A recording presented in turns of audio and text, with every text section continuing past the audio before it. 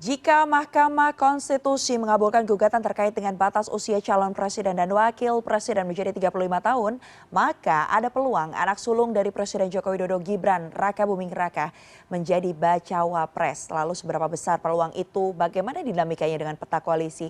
Kita akan bahas kembali dengan Jayadi Hanan yang merupakan Direktur Eksekutif dari Lembaga Survei Indonesia atau LSI. Bang Jayadi, kita akan lanjutkan perbincangan kali ini bicara soal potensi jika memang nanti gugatan di MK sudah diterima begitu. Kita sama-sama tadi sudah dengar bahwa Puan Maharani menyatakan jika gugatannya nanti diterima begitu ya, artinya atau dikabulkan, artinya PDIP ini akan buka peluang Gibran Raka Buming Raka menjadi cawapres, bacawapres. Ini tuh sebenarnya adalah suatu bentuk wacana atau mungkin realisasi? Kalau memang benar terrealisasi, berapa besar potensinya?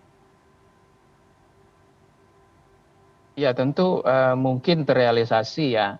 Tapi kalau misalnya nanti Gibran dipasangkan dengan Ganjar, maka itu kurang sesuai dengan apa yang selalu disampaikan oleh PDIP. Bahwa mereka menginginkan kerjasama yang luas di dalam pencapresan gitu. Kalau misalnya Ganjar Pranowo capresnya, Gibran cawapresnya, itu berarti kan semuanya dari PDIP.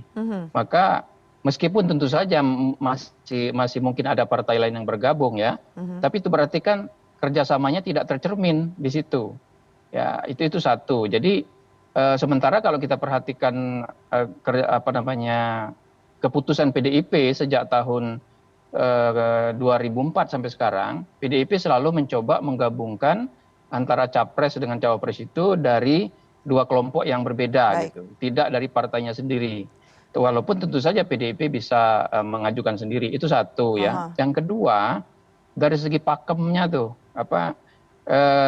kalau Ganjar kan kekuatannya nasionalis, berpusat di Jawa Tengah, terutama dan daerah-daerah PDIP. Sama juga, Gibran juga begitu. Berarti itu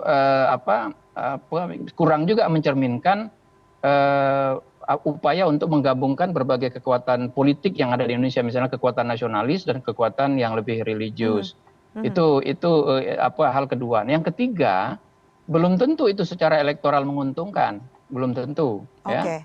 Kenapa? Karena basis pemilih keduanya sama kan? Ya, gitu. Di Jawa Basis Tengah. pemilih keduanya itu sama PDIP. Ya di Jawa Tengah, kemudian di Bali, beberapa tempat Sumatera Utara dan sebagainya. Saya perhatikan sejumlah simulasi dari berbagai lembaga survei menunjukkan kalau Gibran digabungkan dengan Ganjar itu belum akan memiliki kekuatan yang sangat besar gitu. Baik. Tidak terlalu menambah kekuatan elektoral dari calon yang dia dampingi gitu. Tentu ada alasan. Ya, ada alasan misalnya ya mungkin karena memang belum kan gitu. Tapi ada potensi lain yang bisa membuat itu menjadi tantangan, yaitu orang akan mudah menuduh nanti bahwa ya ini kelanjutan aja dari Jokowi. Dinasti politik. Sama aja dengan membangun dinasti politik atau family politics, tidak memberi kesempatan kepada orang lain dan seterusnya. Itu bisa bisa mempengaruhi publik, saya kira.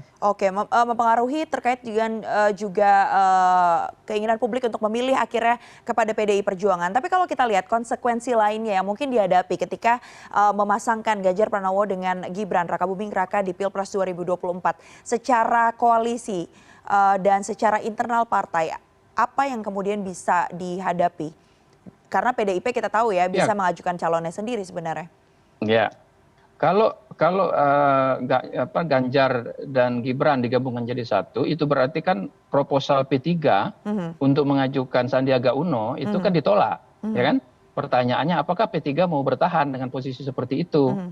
Sementara P3 itu kita tahu selama ini basis pemilihnya banyak dari kalangan Islam, terutama kalangan Islam yang lebih religius ya, Islam bukan kalangan nasionalis begitu. Oke, Jadi artinya bisa saja P3 berpikir digabungkan ulang. gitu ya. Oke.